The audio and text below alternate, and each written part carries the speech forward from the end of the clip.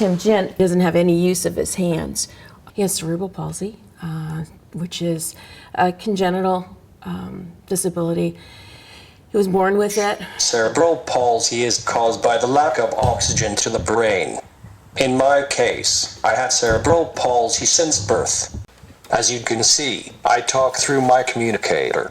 Ever since I learned how to type when I was a child, I always had a communicator. He does have full use of his feet and his toes, which is the fascinating thing about Tim, is that he does everything with his toes, including making paper airplanes.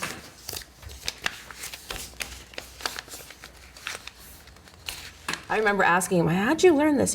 Basically, it's the same as if you learned how to hold a fork in your hand or how to write with a pencil. He learned how to do it with his toes.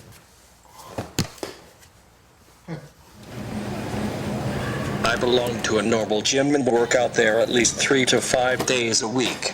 I cycle on a stationary bike for about 60 to 80 miles each week. I can leg press up to 250 pounds and my body weight is less than 100 pounds. When I met him, he was 20, a young man on a campus. He wanted to pump weights, so we figured out a way that he could do that.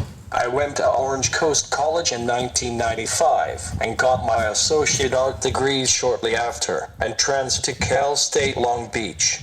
He spent 15 years putting himself through college. And that's a lot of persistence and overcoming a lot of obstacles. He's just a regular guy, but he's managed to do some extraordinary things.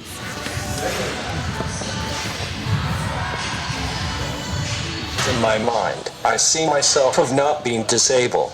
Some of my friends think that I'm a role model to them, but I try not to stand out in a crowd because it is your personality that makes you who you are. It's just people don't see him that way. They see the disability first, and you got to see Tim first. Hopefully after this interview, my Facebook page will be flooded with new friends requests.